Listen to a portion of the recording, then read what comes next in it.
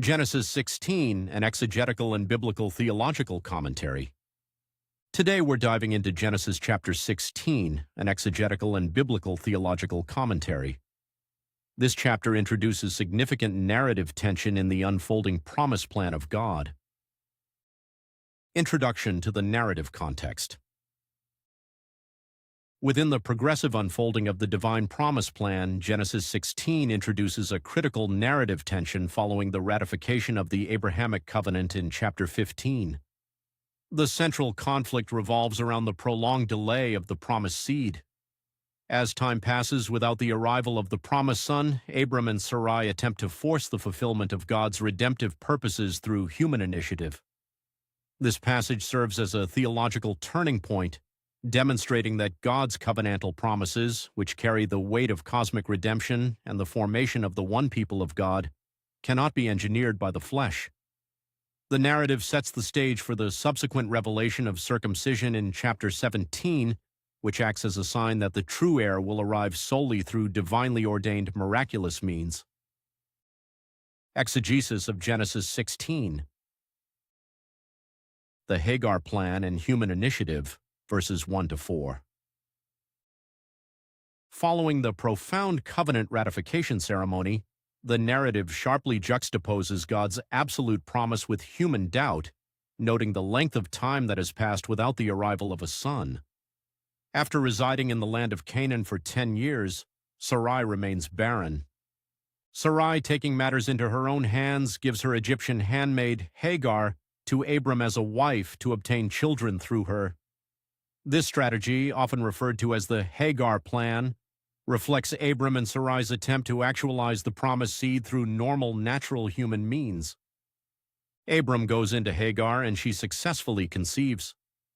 The immediate result of this fleshly pursuit is profound domestic fracture. Upon realizing she is pregnant, Hagar views her mistress with contempt. Domestic conflict and Hagar's flight, verses 5 to 6. The attempt to bypass the divine timeline immediately backfires, illustrating the theological reality that human efforts cannot cleanly produce the righteous outcomes of the promise plan. Sarai blames Abram for the indignity she suffers and complains bitterly about Hagar's insolence. Abram refuses to mediate justly, instead relinquishing his authority and telling Sarai to do whatever she wishes with her servant. Sarai deals harshly with Hagar, driving her to flee into the wilderness. The pericope ends with the narrative conflict unresolved. The promised son has still not arrived, and the human attempt to produce an heir has ended in brokenness. Divine intervention and the angel of the Lord, verses 7 to 16. God's providential care extends beyond the boundaries of Abram's immediate household, demonstrating his sovereignty over the entirety of the promise plan. The angel of the Lord, Yahweh, locates the fleeing Hagar by a spring of water in the wilderness. The angel commands Hagar to return to her mistress and submit to Sarai's authority. In an astonishing display of grace, the angel promises to greatly multiply Hagar's descendants, organically echoing the multiplication language of the covenant promise given to Abram. During this encounter, YHWH reveals himself further, and Hagar names him Elroi, the God who sees. Hagar bears Ishmael when Abram is 86 years old, though God later definitively reveals that Ishmael is not the chosen heir of the covenant blessings. New Testament appropriations. Later, biblical writers organically connect the historical realities of Genesis 16 to the broader theological contrast between human effort and divine promise, demonstrating how the physical events point toward ultimate spiritual realities. In Galatians Chapter 4, verses 22 through 24, the Apostle Paul explicitly draws upon the narrative of Hagar and Sarai as an allegory for two covenants, contrasting the fleshly, human-engineered attempt to secure the promise, Ishmael, with the miraculous, future-oriented fulfillment brought about by the Spirit, Isaac.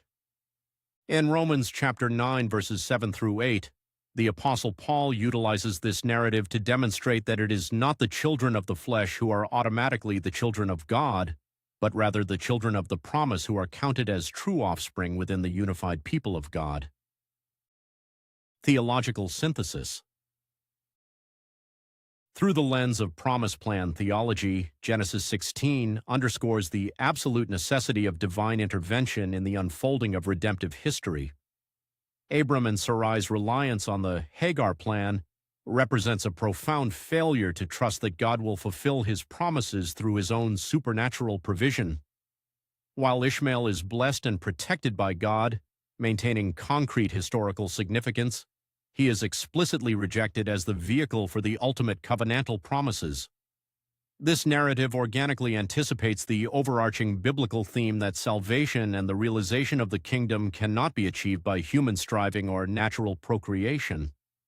Instead, the physical realities of barrenness and miraculous birth point forward to the cosmic fulfillment in Christ, wherein God unilaterally brings forth life from the dead to establish his eternal kingdom. That concludes our look at Genesis 16. Thanks for listening. Be sure to check out the full article on Substack for citations, footnotes, and deeper discussion. Subscribe for more content like this. God bless.